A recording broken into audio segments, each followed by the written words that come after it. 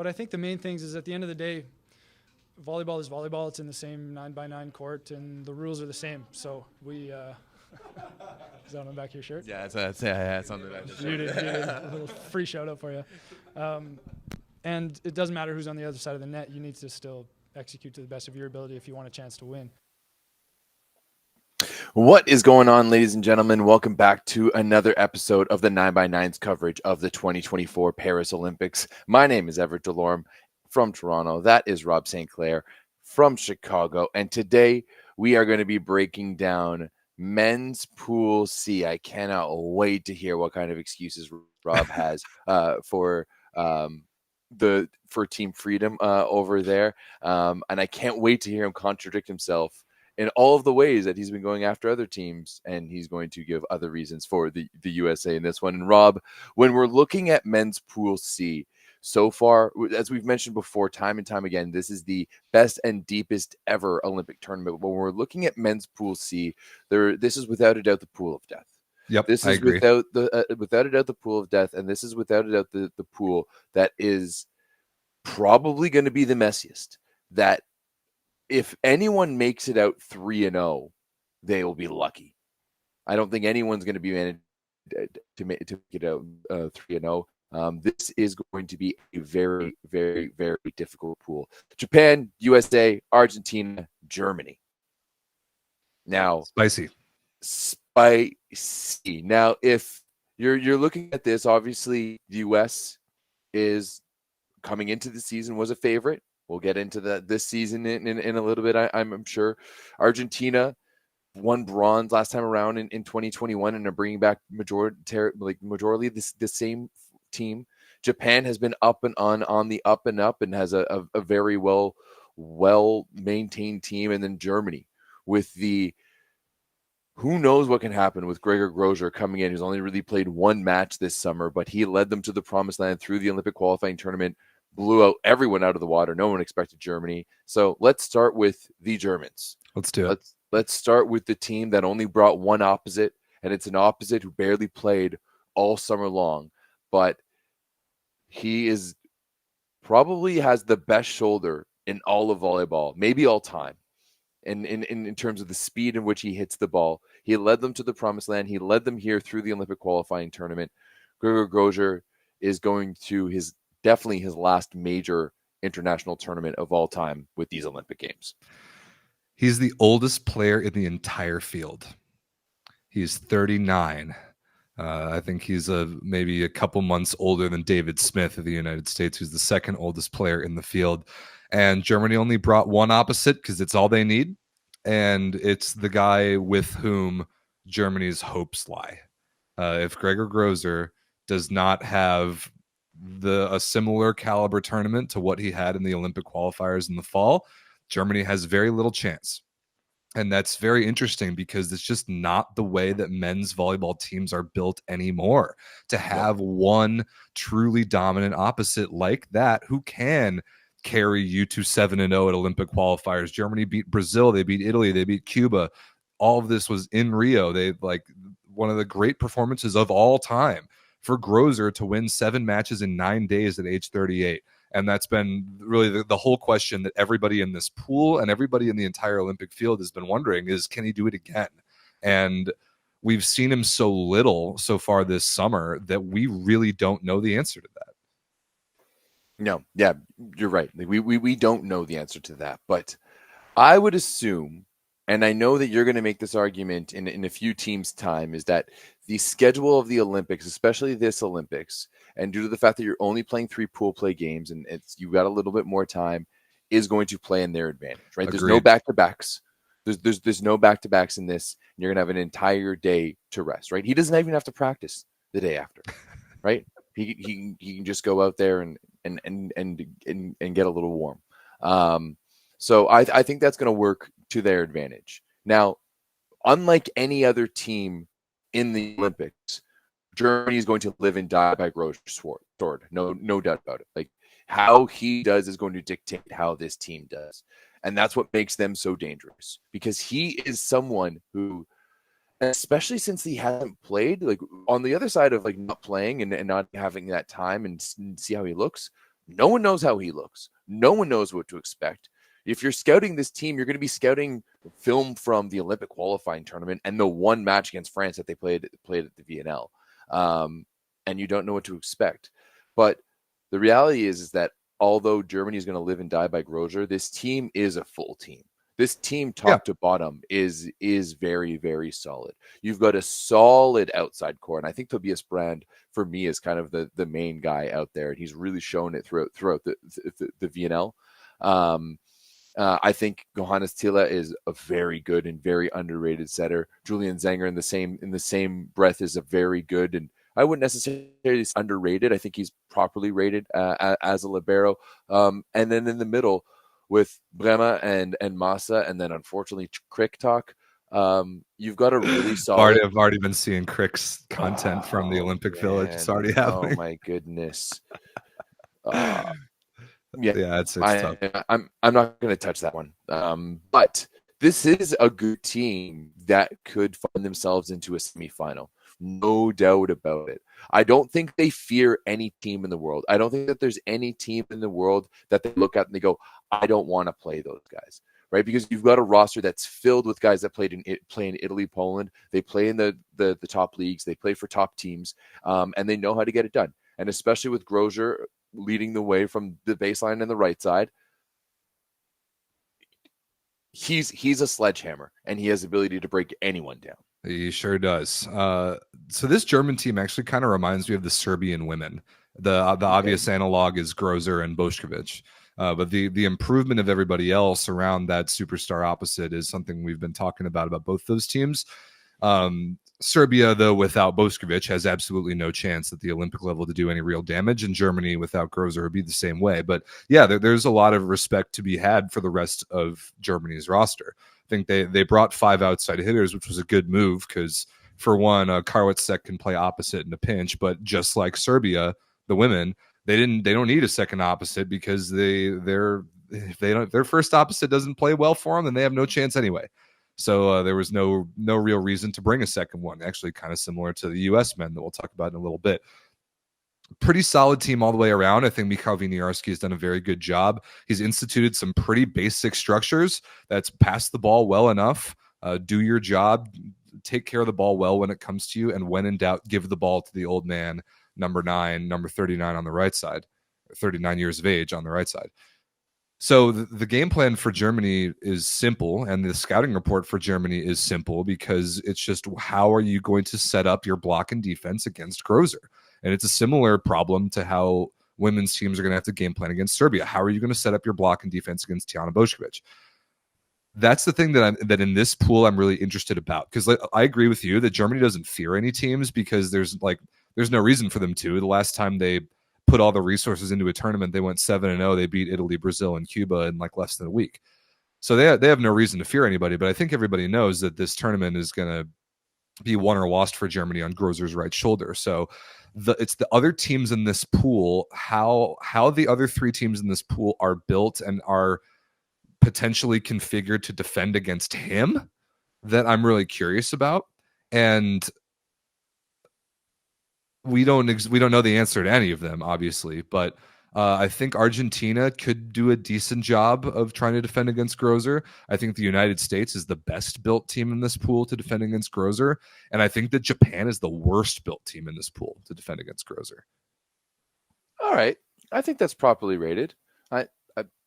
I don't hate that. It doesn't say anything about the results of the games because there is much more to it than that. But in terms of just the ability to bottle up number 9, I would go USA 1, Argentina 2, Japan 3 in terms of ability to do that. Yeah, okay, I'm in on that. I mean, Germany for me is a team that I know I said I don't think a team is going to go 3-0, but Germany could go 3-0, but they could also go 0-3. Yes, they could. Right, and I think that they're going to be a momentum team. Because Grosjean is kind of a momentum guy, right? Like he when things are going for him, they are really going for him. And maybe now it's going to be really interesting to see how they handle all the pressure, right? How they handle being in that spotlight now where people are wary of them.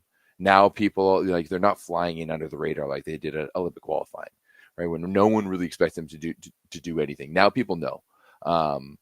But what do they know? That's Yeah. going to be the big question in all of this. Rob, who do you think they're going to start with on the left side? I think it's going to be Brandon Karlichek. So I saw a scrimmage that they played against Brazil, I think last week, and it was Brand and Schott. Okay. But also Kampa was the starting setter in that whole match, and I was a little surprised by that because I think that, I mean, I don't know how you can go away from Tila being the guy that got you there in terms of that Olympic qualification run. So if it were me, I would absolutely put him as the starting setter. But then at Olympic quals, when they played so well, it was Schott and Reichert most of the time. But that was before the great club season that Tobias Brand just had. So I agree with you. I think he's got to be in there in some capacity. And then it's probably Brema and Crick in the middle. Massa's capable. I don't know. Their middles are. I like Massa. I like Massa more. I like him better too, but I think that's the pattern says a little bit of otherwise. Yeah, the supporting cast will occasionally pop up and make some plays. They've got a couple decent arms from the service line, especially at the outside hitter position. Tila's hybrid serve is very good as well. He can string points together. I don't love the serving from any of the middles. It's not consistent enough. And then at the end of the day, this is Grozer. Yeah. How well can Grozer play when everybody in the gym on either side of the net knows that everybody's game planning for him? Can he do it one more time? It also comes down to their block defense for me. Yeah, that's important for him because how do you get Grozer those transition opportunities? Block defense, yeah. 100%. But yeah, Germany is an absolutely lethal team. They are a team who have the ability to absolutely pop off, but they are somewhat one-dimensional in the fact that they are going to mostly rely on Grozer, and it's if you can stop them or not. Like you said, they could go 3-0. They could go 0-3. It's impossible to predict this fool. Yeah, I actually like some of the chance that if Canada ever came against Germany, I like chance against them. Yeah, Canada's a really good left side blocking team. That helps. Do you see one of those? Played with them. Sorry, go ahead. Well, Pass Volley put out those some of those stats with the teams at the Olympics, and Canada is the tallest team at the Olympics and also one of the youngest. Let's go. The United States is the second tallest and by far the oldest. By far the oldest. And similarly, yeah, shout out to Pass Volley on Instagram. They do awesome work. And that same place where they posted all the oldest and youngest players in the field, Grozer the oldest by several months at 39. Who's the youngest? I missed that. I can't remember on the men's side. There are a couple of French women that are 18 that are playing, which is nuts. I forget on the men's side. Somebody put it in the chat if you know it. Would be Sadiq.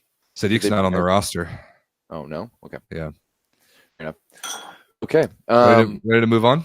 Yeah. Let's move on to Argentina. Last time's bronze medalist, and they're bringing back majoritarily the same team, but I'll be the first one to say, and as much as they're my nemesis, I do have a soft spot in my heart now for Luciano Polonsky and Luciano Vicentin. Polonsky and I have been messaging over the past little bit. You saw me about the village. I was like, oh, dope.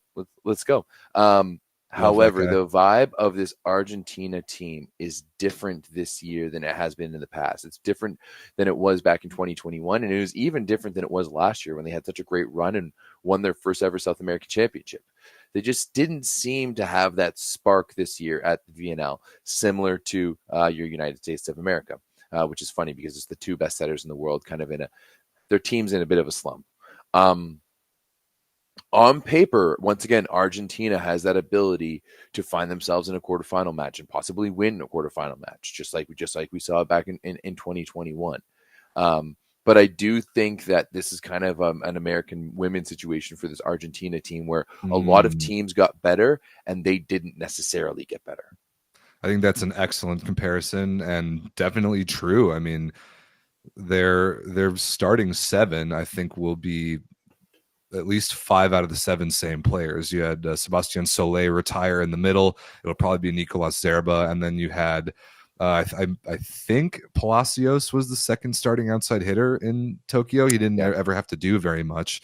He actually, initially, when Argentina named their roster, Palacios was rostered and Jan Martinez was the alternate. Since they have flipped that.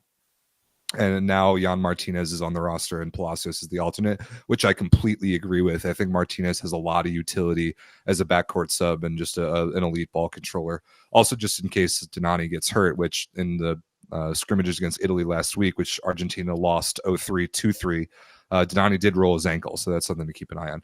But yeah, there will be some new starting outside hitter across from Facundo Conte. Will probably be Polonsky if the VNL was any pattern. But other than that, this Argentina team is who we think they are. It's DeCecco, who will bear the Argentinian flag at opening ceremonies, which is amazing. They have Agustin Loser, one of the great middle blockers in the world, and they have Bruno Lima, who I think led the last Olympics in scoring. So Argentina's identity is known. I agree with you, though. It's been a while since I saw that spark from them, that little bit of an edge, that little bit of something extra, a little bit of spice, if you will, that made Argentina scary to people. And I don't think right now I would describe Argentina as very scary. No, me neither. But for me, it's all about DeCecco, right? If Luciano DeCecco shows up and is the DeCecco that we know he can be, and he's one of those guys that can turn it on, right? He can. There's one of those guys that can put on at a switch, and that's why I think they're so lethal at the Olympics, because he has that ability to turn it on, and then it just magic through, right? Just sprinkle that magic fairy dust all over the rest of the team. It's Jordan's secret stuff, you know. It gets the team going. At that point, like once he's starting to operate at another level, and he's finding the gaps, and he's getting the one-on-ones, and he's just creating just pure robbery when it comes to disguising the way he's gonna run his team's offense. That's when things start to get really dirty. Plus, you have a bit of edge and chippiness to this Argentinian team. They're not afraid to get into your face, right? We know Donani's ready to throw down at any time, and I think that he loved the idea of like throwing hands in the middle of the Olympics. I think that would be awesome. Me too. But like this is a team that won't be afraid to get a little spicy, and this is a team once again that you have to consider that extra layer of pride. Argentina in general is a proud country, right? They're there and they're ready to ball out. So I think that whoever comes out of this pool is going to feel like they deserve something, and they're going to be dangerous for whoever afterwards. Like you said, like this team is really good. I think their outside core, especially with Martinez and probably Vincentin coming off the bench, is really good. You've got Kurkartsev and Sanchez, who might be the best double sub in volleyball. And most often used. They get used very often, and they both play super well in those roles. I mean, Sanchez is probably the shortest player in the field, even including libero, so he's not going to play any front court except in emergency. But yeah, he'll come in and Kukartsev will block and rip some balls, and yeah, that works well for Argentina. I mean, yeah, their identity is pretty well known, and I think at their top end peak, they could absolutely medal again.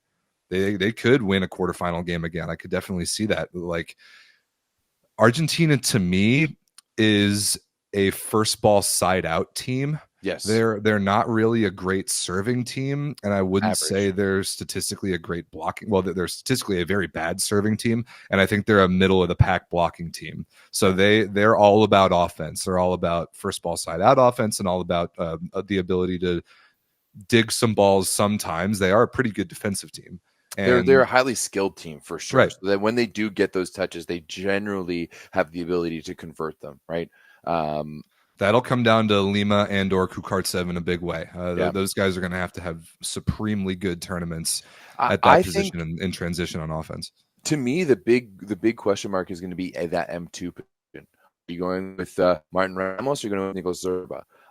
Because Zerba and VNL, Ramos is the veteran, but that's an area. I would think so. I would think so as well too, because when you look at the hole that Soleil left, and even before it was Lozer, it was Soleil and Pablo Carrere. So they've always been really strong and really dynamic down the middle. Has been Argentina, and now with that M2 spot, it kind of leaves a little bit of weakness, right? You only need one, and you only need a half of it when it comes down to the Olympics, and that's exactly what you're going to pinpoint. So I absolutely guarantee when you have a team like the USA, even like any of these teams in the pool, like they're going to try to match I'm sure Germany's going to try to match Brema up with Zerba. Like USA is going to be trying to match probably like Jendrik or somebody who's going to move well up against Zerba, right? When you've got a guy who's as good as Lozère, teams are going to be matching up against to try to get away from Lozère. Yeah, as best you can, especially the routes that he runs and how sophisticated they are between him and DeCecco in creating space, which is, no matter how good your team is, it's damn near impossible to stop that combination. At the end of the day, the Argentina, when Argentina plays badly, it's when they fall apart in reception, because they're a first ball side out team and they have to have Lozère and whatever other middle option as a really strong threat all the time. I mean, as good of a scorer as Bruno Lima is, I don't love his chances in a whole match ripping against 2.5, 3 blockers all the time. Like, Argentina must be in system, and I think they need to be getting those one-on-ones. And yes, they do. Which, and DeCecco being the creative artist type that he is, he obviously can do that, but he isn't as mobile as he used to be, and if he's running around all game, that magic is not really going to be there. So can Argentina fight off the service pressure from all three of these teams? And I'm interested to see that. Germany, decent serving team. Japan, really darn good serving team. United States, very streaky at best serving team. When they're on, they're on. When they're off, you see what happened at the last Olympics. So that's the key for me for Argentina, is being in system as much as possible. Yeah. Absolutely. Like they need to be running into those gaps. Like, that's how Bruno Lima led the Olympics in scoring in 2021, right? When you're looking at a lot of one-on-ones, that's going to happen. But once again, both Soleil and Lozère were threats down the middle, and you're not going to have that. But I do think, to balance it out, Polonsky is a bigger threat than Palacios was last time around. I agree with that. Yeah, good take. All right, we'll talk more about the individual matchups later. Should we skip over my team and go to Japan? Yes. Okay, let's do it. Because I mean, this Japanese team is... They're good, dude. They're really good. They're really damn good. This team is really damn good. Led by Sakita, probably one of the fastest offenses you have in volleyball. As you mentioned, they are a very, very good serving team. Up and down this roster, they serve well. It doesn't matter if they have Nishida or Miyaura. They're both fantastic. The pairing of Ran Takahashi and Yuki Ishikawa on the left side is among the best in the world. And especially like Ran, especially in this Japanese offense. Like Yuki Ishikawa is one of the best outsides in the world. Straight up. But straight up. That's how he is. Top 5 easily. Ran in this system, Ran is really, really good. You're talking about someone who's really good in system, it's Ran Takahashi, right? You put him in this Japanese system with Sakita running it, he's going to get a lot of first ball side out points, right? Because they are really, really good in first ball side out. They control the pass super well, and they're able to run that offense, and they're going to be able to manufacture a lot of points off of their serve. How their middles play, for me, is going to be the big question. How Yamauchi and Onodera play is really going to dictate if they are in matches or not, right? And they don't need to play outstanding and stupendous. They just need to do their job. They just need to not get bullied. And we've seen this summer, especially in the times that they were successful and the times that they got big wins, like their middles especially were really, really good and really strong.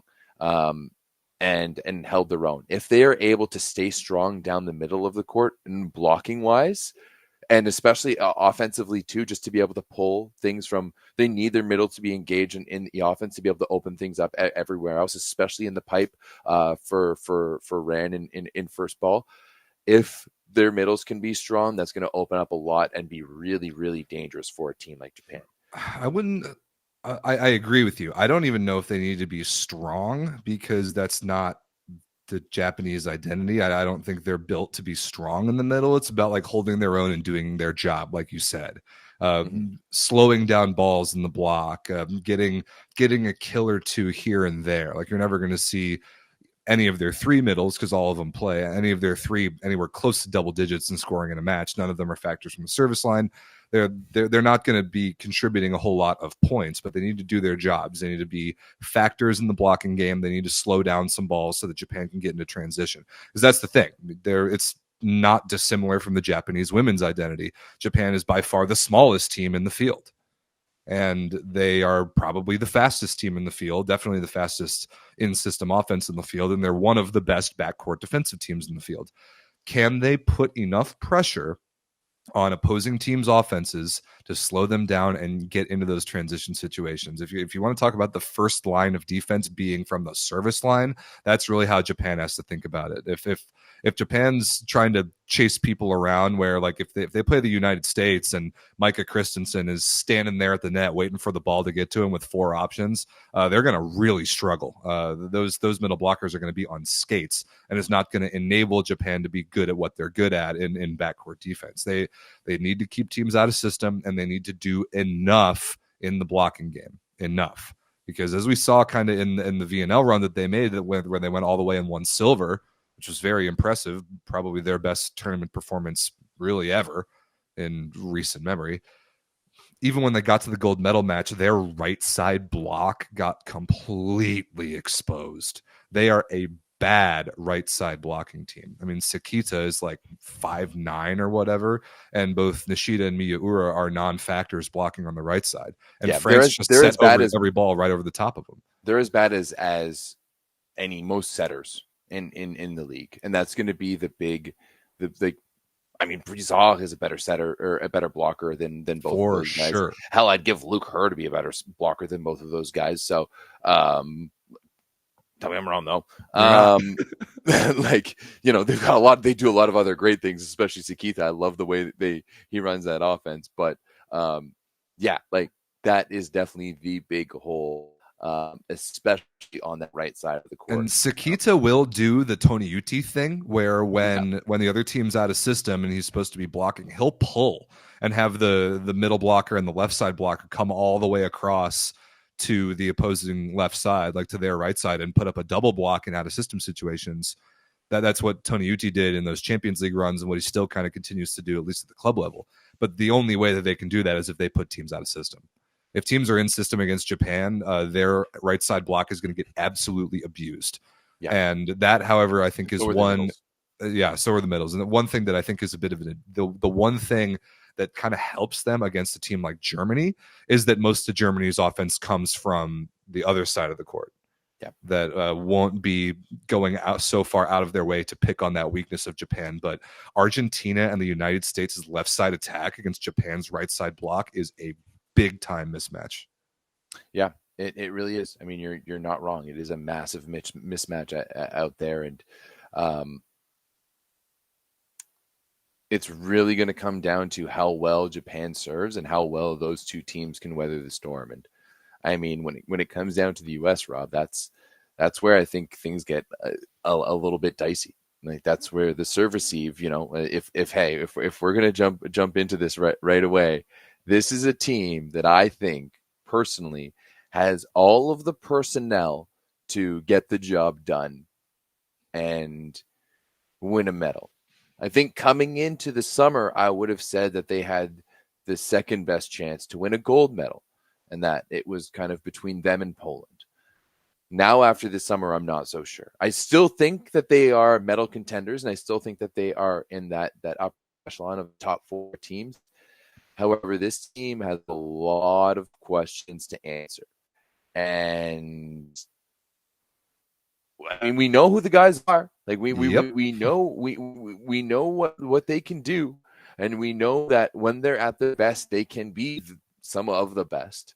And like specifically looking at last year's VNL finals and playoffs and making it all the way to the finals. But there is a massive, massive question mark on how this team has performed so far this summer, how they've looked, and it's going to be dicey. Now, we've talked about it before with the USA and your guys' incessant ideas when it comes to the Olympics and how important it is just for your inflated egos of a country just to continue thinking that you're on top. We know that it's important for you. It's kind of look at the medal count of every single Olympics in the history of the world. Exactly this. You guys spend like exponentially more than like every other nation on this. You guys spend more money on the Olympics than most countries spend on their military, and then nothing on your healthcare and stuff. But that's another question another conversation altogether. I think that this team has the character and has the closeness, like within the unity within their team, to come together to do something special. But I also think that, as we saw in the VNL, they just might be at the end of the run, and the threads are starting to fray a little bit. Well, that's the question. This is this United States men's team, which, by the way, is my second favorite team in all of sports. I love them very, very much. I am really passionate about this group, and the getting to know the guys personally has been an incredible treat the last couple of years, and I care very much about them and the result of this Olympic Games. And like you said, this could be the end. It very likely is the end of this particular core of players. They're the oldest team in the field by a good margin. They're largely dependent, with the one opposite that we brought, on Matt Anderson, who's age 37. Dave Smith is 39. A whole lot of guys over 30. I think the youngest guy on the roster is probably, I think, Jendrick and DeFalco at like 25 or 26. Like, this is an old team. Now, this same core of players has been through a lot. A lot of these same guys won Olympic bronze in 2016, and that was a great achievement, being down to Russia 0-2 in the bronze medal game, coming back to win. But that also was an Olympics full of heartbreak, because we should have played for gold that year. We completely blew it to Italy in the semifinals, match that I hate. And then the Olympics in 2021 was an absolute nightmare. It was a complete disaster. We started off the tournament by 3-donging the team that went on to win gold, and then crumbled under the pressure, got swept by Argentina, and didn't make it out of pools. So, like, the Olympics tournament has been, I don't know, just indifferent in terms of level of success to this American group since 2008, when we won gold that year, and in the John Speraw era. This is now his third Olympics as the head coach. I agree with you. This team has the personnel that could win an Olympic medal and could win Olympic gold. This team has the chemistry and the closeness that I think also could win Olympic gold. The question is, do they have the form right now? And if you're looking at just what happened earlier this summer, the answer to that was no, like resoundingly no. And we talked about it already as we wrapped up the VNL, just the flavor of disappointment that tournament brought the U.S. men. But again, they really only played 4 matches with their actual Olympic lineup, because of the injury issues to Aaron Russell and Thomas Jeschke. In those 4 matches, they went 2-2. Not good enough, but I mean, we were there in Ottawa when we saw them. There was good volleyball, there was bad volleyball, there was confusing volleyball, there was a little bit of everything. I am a little bit reassured by the things I've been hearing from their training block and the scrimmage that they played against Poland the other night. That was the first time we saw them actually play for real since VNL, and it was the closest thing that we're going to get to what they're going to look like in the Olympics until Saturday afternoon, our time, against Argentina. And I thought in that match, Matt Anderson looked really good, Aaron Russell looked really good, Taylor Averill looked really good as taking that second starting middle blocker spot. Eric Shoji looked really good. My issues as far as personnel, we can get into some of the other issues. My issues as far as personnel, one is, how well is TJ DeFalco going to play? He's enormously important. He is going to be used in a lot of different ways. The fact that Matt Anderson is a world-class outside hitter who's playing the opposite position is something we're really going to use. A lot of the rotations when DeFalco and Anderson, who will line up next to each other, when they're both backcourt, Anderson will receive and hit Bick a lot of the time, and TJ will be hidden and he'll hit D-balls on the right side. So there's going to be some movement around there. But how well will TJ DeFalco play, especially in the clutch? We were up 2-0 against Poland the other night, had chances to put the match away in 3. TJ DeFalco's last 3 swings in that third set, stuff blocked all 3 times. Didn't love that. The other thing I'm concerned about that's related is Thomas Jeschke's shoulder. If we need Thomas Jeschke off the bench, which we might, I'm really concerned about the health of his shoulder. Can he come in off the bench and be, like, especially cold? Because it sounds to me, especially like talking to him in Ottawa, is it possible for his shoulder, the way it is right now, to come in off the bench cold and like be ready to play? And we might need him to do that. And that's something that's definitely worrisome. I was a lot more worried about Aaron Russell until I saw him play the other night, and he looked awesome. So that was That was reassuring personnel wise. But then at the end of that Poland match, we saw what can happen if Garrett Mwangatutia has to play 6 rotations, and we all know how that is likely to go.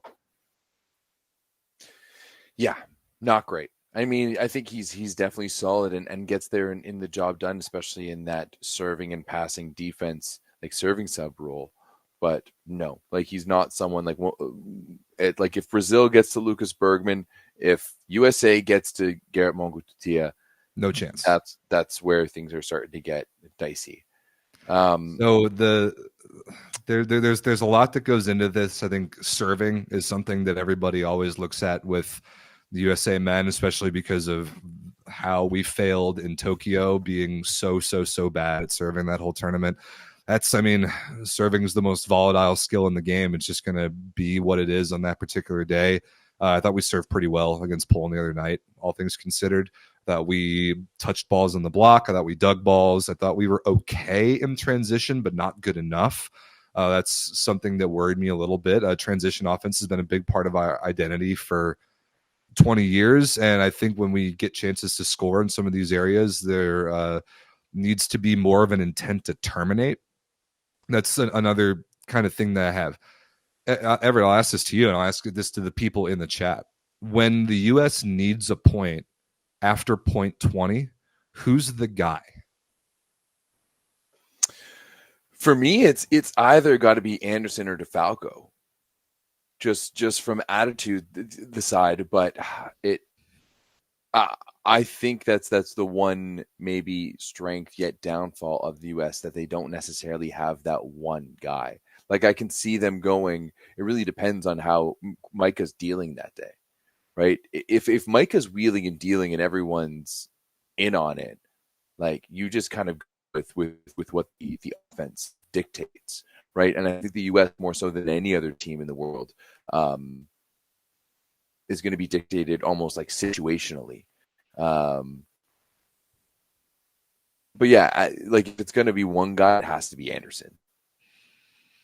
So I agree. I also think it's Anderson. I think we brought one opposite on this team for a reason, because he is that guy and his versatility is so valuable. And if he does not play well, our chances are very, very slim. Mm-hmm. But like after point 20, I want to see when Matt Anderson gets chances in, out of system, whatever, when he gets chances after point 20, I want to see him terminate. My one issue with how Matt Anderson has played, especially over kind of the twilight of his career, is that his attacking style is a little bit too conservative for me. He is 6'10". He, at least in his prime, jumped 40 inches and was touching way up into the 12 feet range. He has a world-class, God-given arm. He can hit shots that few other people on the planet can, but a lot of the time he chooses not to in the name of playing smart volleyball. He keeps the ball high. He goes after the high part of the middle of the block and tries to tool people out of bounds. He never brings the ball down such that he doesn't get stuff blocked or hit balls out of bounds wide. I think is a little bit too conservative for me after point 20. I can see it right now in my mind many times, and maybe many more, when a big moment, Anderson has a chance to end a long rally, and he doesn't kill, he doesn't make an error, but he gets slowed down by the block by hitting too conservative a shot, and the other team runs it back down our throats. That after point 20 is a little bit of my concern. Do you ever wonder if that's a systematic thing based off of Team USA? Because it's not necessarily what we saw from Zerot Bank this year. He's playing a different position, though. Yeah, I guess that's true. But he just seemed much more aggressive and terminal. And I like that. To me, is coming from the coach. Like I'm sure in Turkey, especially, they're like, hey, we need you to score, we need you to score, we need you to score. Maybe is there too much emphasis on the system at times for Team USA? And they should kind of put all of that away when it gets to after 20 and just go to the hot hand or go to that one player. Maybe. I want this team to play with a really high level of confidence and a really high level of energy and just excitement to be in the Olympic Games. And that's like the thing that I think this team does have. It's in there somewhere, that team cohesion, the ability to embrace the moment and play up to the stage. But in 2021, when this team got to that stage, they completely crumbled. And that is the thing that I desperately do not want this team to repeat, really for their own sakes more than anybody else's. And I think that those of them that were in Tokyo and felt that level of disappointment have and will learn a lot from that, and understand how to behave in deep Olympic moments and pressure situations, because this pool is going to be hard. This pool is going to be hard. All three teams are really darn good. But I think we have the personnel, we have the veteran experience, we have the pedigree against the best competition in the world and the best events in the world, that I think if there was a team that on paper should win this pool, I think it's the United States. I think we have the best chance in each matchup to beat each of the other three teams in this pool, and I will predict that the United States men will win this pool. I think maybe on paper,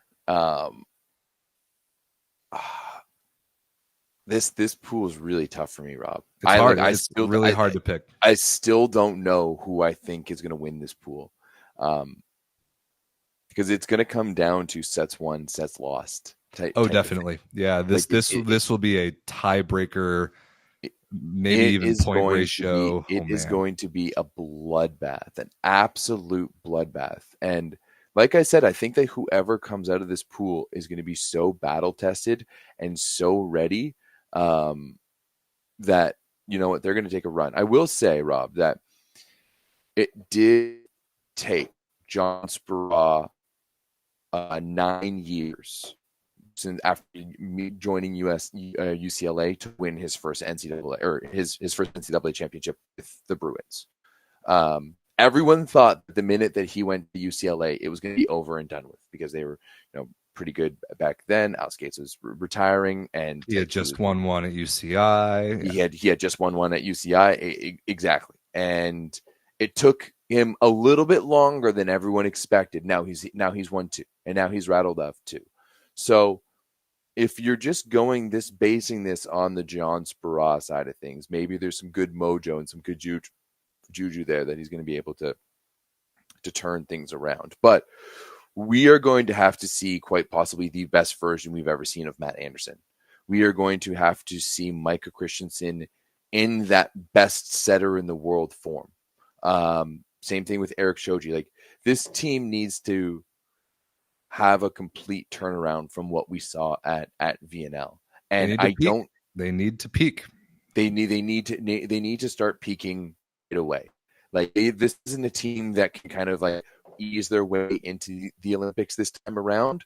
Like, the different schedule and the different layout, and they need to go hard and fast right off the get-go, or the same thing's going to happen, right? If they find themselves down already, like if they lose that first match, like, alarm bells should be ringing ASAP.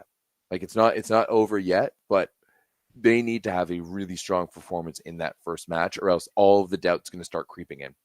I agree that first match is unbelievably important. I'm glad you brought Speraw up, because there was something that I know Holly Wong's watching right now. Big shout out to her, one of the best content creators in all of volleyball. And she's been in the U.S. gym in Anaheim, and she captured a soundbite from Coach Speraw that USA Volleyball made a great edit and posted either today or yesterday. And that was a point that Coach brought up about how in every other competition that you play, they play your national anthem right before first serve, right? And that's something that we're all used to watching VNL and whatever else. In the Olympic Games, they do not do that. You don't hear your national anthem at all during the Olympic Games unless you are on top of the podium at the end of it. The only time you hear your team's national anthem at the Olympic Games is if you win. Okay. And he got really emotional, and it was a chilling soundbite and a chilling video that USA Volleyball put out. That, like, we're going to make him play that Star-Spangled Banner. We're going to make him play that song as we stand on top of the podium finally. And I think that this team's been through so much that I have a lot of optimism and a lot of hope, and I think for good enough reason that this team can really do it this time. I really feel that this could be the tournament, and it's going to start immediately on Saturday afternoon against Argentina. And exactly like you said, that the tone is going to be set by the United States more than maybe any other team in the field about how they look immediately in match number one. Yeah, you know what, Rob? I think I really hope that your hopes are good, just as the same as thoughts and prayers are always rung out across your country as well. So I'm praying for you guys as well here.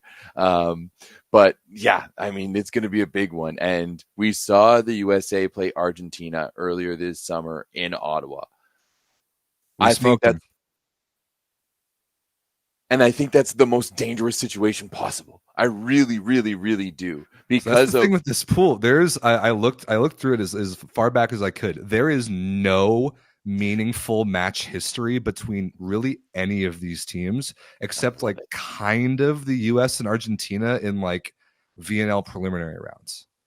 Like the last meaningful match that any of these teams played against one another was Argentina beating us 3 years ago in the Olympics. Like none of these teams have played Germany with Grozer in this form. None of these teams have played Japan in their current edition, being Japan as good as they are. Like it makes this so impossibly hard to predict, and it's going to depend on the form and the ability to peak for all four of these teams for 3 matches. 3 matches in a 4-year cycle. It comes down to 3 matches. I love that we start and finish this pool with 2 matches in the same day. Like it just adds to the spiciness. It just adds to the spiciness that Japan USA match on next Friday is going to be ginormous. Absolutely ginormous, because there is no way in hell, there's no way possible, I think, that match has no implications. Oh, it'll have enormous implications. It will have like It's Always Sunny in Philadelphia level of implications out here. It is going to be like, and are they back to back? What's the timing on the? No, Argentina versus Germany is the first match of the day that day. That's 3 a.m. Eastern, and then Japan USA is the last game of the day, 3 p.m. Eastern on Friday, August 2nd. Dang. Okay. Good for us viewers. That's for sure. Good for us viewers too. As far all the American games are in watchable time slots. If you're on the East Coast, it'll be 6 a.m. my time on Tuesday, a week from today, against Germany. But I will be up and I will be ready to go for that game. Face paint on? Maybe. By the way, you recognize this shirt? I feel like you've worn it on this channel more than I have. Oh my God. Yeah, I'm like, this is a nervous excitement that I have about this team and about this pool that I haven't felt in a while. This is like, seriously, I only feel this way about a team when it comes to the Packers and like the playoffs. Like that's how passionate I am about US men's volleyball. Like probably my 3 most immediate like sports heartbreaks. One is the Packers loss in the NFC Championship game in 2014. One is the U.S. men losing to Italy in the 2016 Olympic semifinals, and the other is Purdue basketball losing in 2018 to Virginia. Like those are on the same tier of emotional significance to me. So I'm like, I'm ready, dude. I'm ready to go for this. Because you're like a Boston sports fan level spoiled, where like your first cognizant memory of this team is them winning gold in 2008. Unfortunately for me, I was not into volleyball until 2009. So I just missed that. But trust me, I've gone back and consumed every piece of that to the best of my ability. You missed out then. Guess who was an assistant coach on that team? John Speraw. He was there. Yeah, he knows how to get it done. And this team has the ability to get it done. But like you've said, like this is another situation where I think a lot of teams got better this year, and US kind of stayed the same. They have the ability to play at that level, but so is the rest of this pool, man. Like, yep. Oh man, the first day of the Olympics is going to be one of the best with those 2 matchups there. Japan versus Germany is the first match of the entire Olympic Games, and it's going to be so big and so important and so informative. Like, yes. How does Japan look? How does Grozer look? And how does Japan look against Grozer? Like that. We almost with USA Argentina right after that. We almost have a perfect day of volleyball on that day, because it's Japan versus Germany, Italy versus Brazil. After that, Poland versus Egypt, and then USA Argentina. I really wish those time slots were swapped. Wow. Swift. I wish Poland Egypt was. Gotta swip a mommy. Yeah, I wish those were switched. Let's pick it. It's the last thing we got to do. Oh, shit, man. We got to pick it. I know what I'm doing, so I'll put it on the record right now. United States 1, Japan 2, Argentina 3, Germany 4.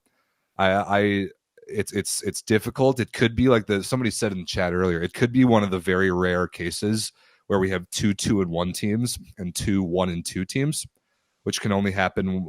Usually, it only happens when the 4 seed beats the 1 seed.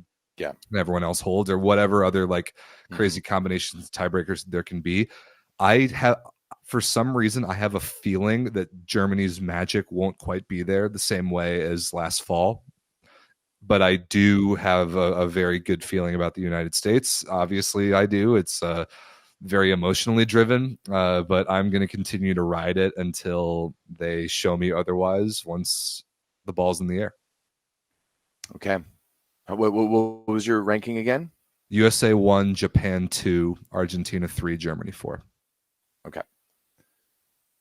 I'm going to go Japan 1, USA 2, Argentina 3, Germany 4. However, for the record, what my gut is telling me is that Japan is going to win this pool and lose in the quarters. I don't know why. That's just what my gut is telling me. That's just what my gut is telling me, because I think once you get to the quarters, especially this year, like it's going to be so much of a toss up.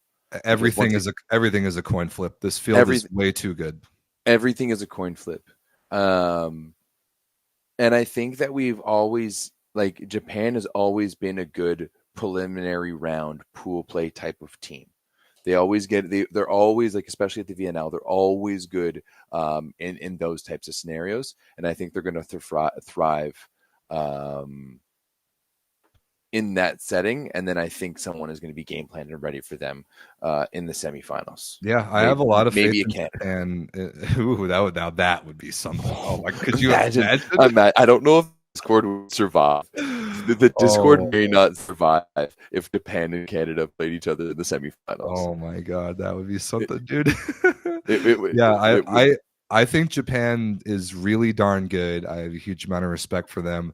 I think in an elimination game, they just have a few too many exploitable weaknesses against other world-class teams.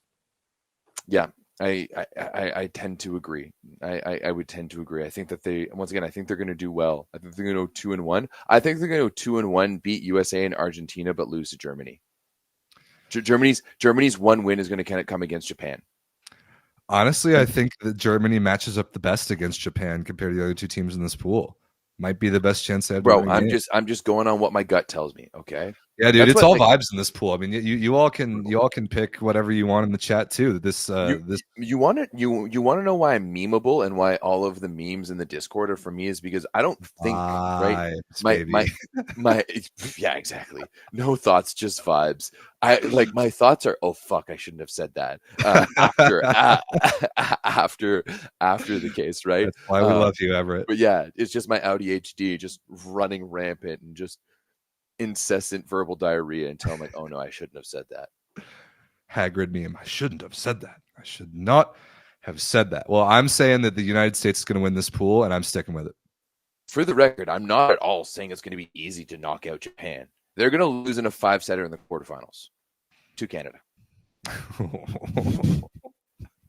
All right, Everett. Anything else about men's pool C? We have one more preview to do, and it's coming up in just a few minutes. But anything else for the men's tournament until we come back on Saturday? Everything in the Olympics. This is what I'm most excited for. I'm most excited for men's pool C, and I'm ecstatic. We're not a part of it. I'm gonna have so much fun watching your emotional turmoil go up and down with this team in this pool. There's going to be a lot of emotional turmoil for me because, and as I've said before, Canada making the Olympics now 3 times in a row is a win in itself, right? Will I be disappointed if we go 0-3? Absolutely. Do I think we're going to go 0-3? Absolutely not. No. But us making it there is a win in itself. Baby, we secured that funding for 4 more years. We got that on the podium. That's all we need. And yeah, the rest is just gravy. I just get to watch the rest of the Olympics. But it's a different story for me. My expectations with a team that is this good, that has this personnel, the hope for every American volleyball team should always be gold. We invented this goddamn game, and in many ways we've perfected it at the national team level. Certainly not at a lot of the other levels. But this team can do this, and I'm gonna ride it until the train falls off the tracks, and hopefully we're gonna make them play that banner. We're gonna hear the Star Spangled Banner on Saturday, August 10th. I was having a really good hair day until you said that nonsense. In what way have you perfected this game? Lots of them. We'll leave that for another time. Yeah, okay, lots of them. Lots of them. Lots of them. The libero serve, games to 30. Yeah, we used to do that in the NCAA. Good times. Yeah, that used to be an NCAA thing. All right, let's take a few minute break. We will be back in a couple minutes, ladies and gentlemen, with women's Pool C, and then that'll be it until the Olympics start. At least as far as this channel is concerned.